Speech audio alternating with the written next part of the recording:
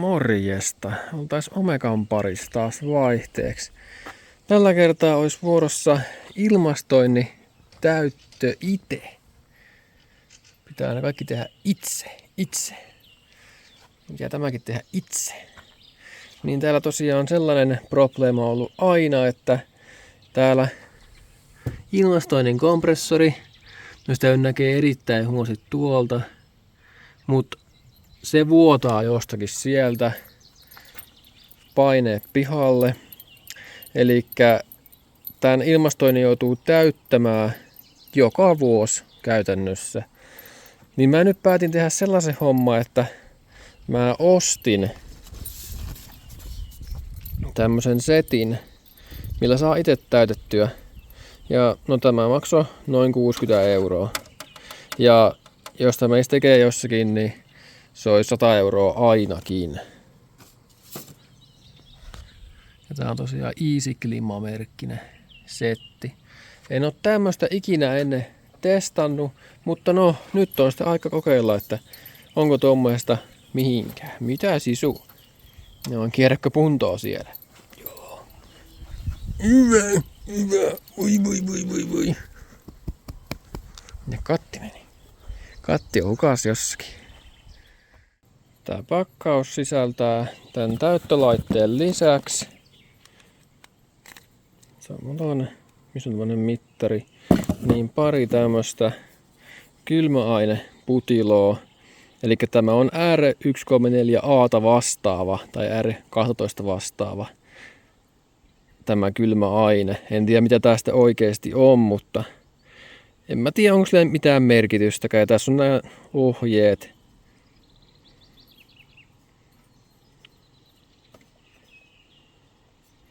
Eli tää kytketään tuohon matalapuolelle. Ja täällä on hyvät ohjeet mitä pitää tehdä. Että ei ole niinku mikään hankala homma. Eli tehdään näiden ohjeiden mukaan vaan tuo täyttö. Ja katsotaan tuleeko tästä mitään. Joo, eka kytketään tämä täyttölaite tuohon säiliöön. Eli tämä läpäisevä malli, niin mä ruosin tämän nyt niin tuonne ylös kun tämä meni. Et se ei tässä vaiheessa vielä läpäise noin. Eli se pyörietään tähän vaan.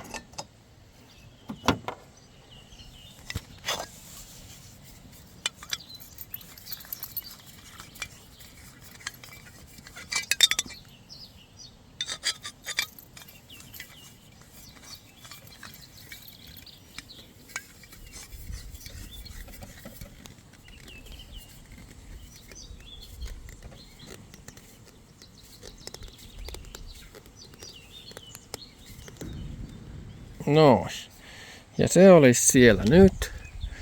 Nyt seuraavaksi me kytketään tämä sitten tuo pää tänne oikealle painepuolelle. Eli meillä on täällä matala paine ja korkea paine.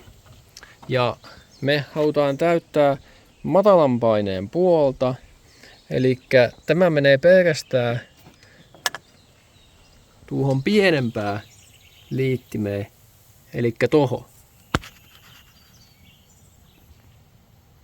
Tuo on paljon isompi tämä toinen.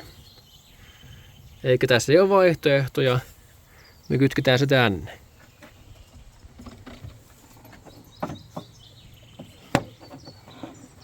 Ja kun tämä laitetaan, niin tämä laitetaan vaan tästä tonne noin ja sitten ja tätä vähän taaksepäin, että saadaan painettua tämä tonne.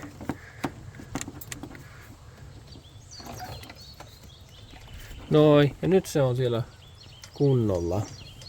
Sitten sen jälkeen me voidaan tämä tästä ruuvata sisään. Täällä näkyy tämän hetken paine, eli 10 ps siitä, Eli tämä on aivan liian matala. Eli se pitäisi olla tuolla 30 ja 40 välillä suurin piirtein. Seuraavaksi laittaisi auto käyntiin.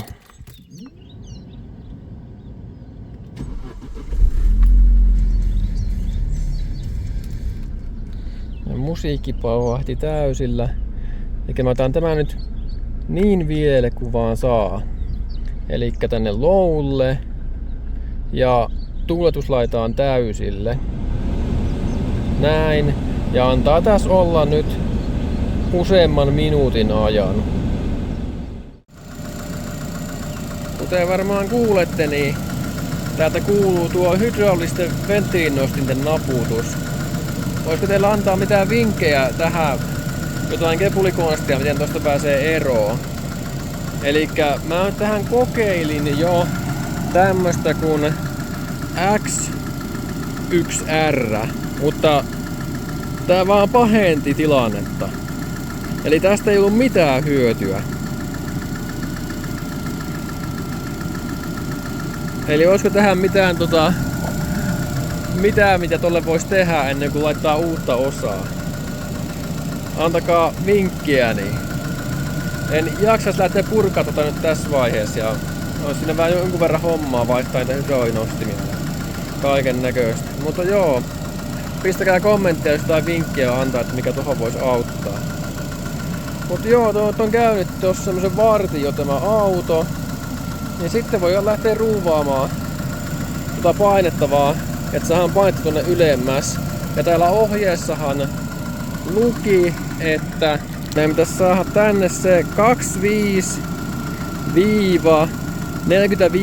PSI:tä. Nyt seuraavaksi. Joo, mä katoin netistä, niin meidän pitäisi täyttää tämä nyt noin 35 PSI:hin asti. Niin se on tällä lämpötilalla, nyt on noin 20 astetta lämmintä, niin se on sen oikea paine täällä, loppupaine sitten. Eikä täytetään siihen 35 nyt seuraavaksi.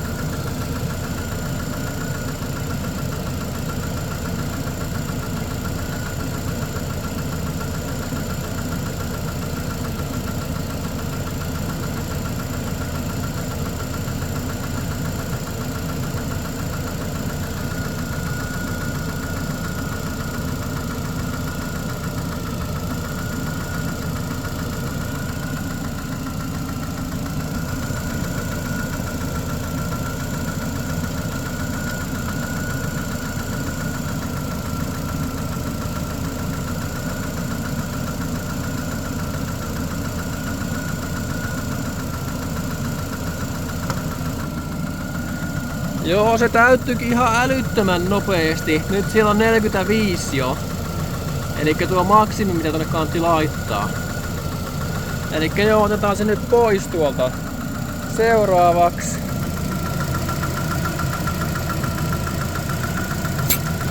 Noin. Tuleeko sitä yhtään viilemän tunnusta? Kyllä tulee. Joo, tulee selkeästi viileämpää ilmaa nyt. Pitää katsoa mittarilla, että mitä se näyttää. No niin, nyt on taas testilenkillä ja tuuletus on täysillä ja ilmastointi on pois päältä ja lämpötila on tommonen 28,2. Katsotaanpas tuliko meidän ilmastointi kuntoon nyt. Eli laitetaan täältä vaan ilmastointi päälle tuosta ekonäppäimestä. Katsotaan mihin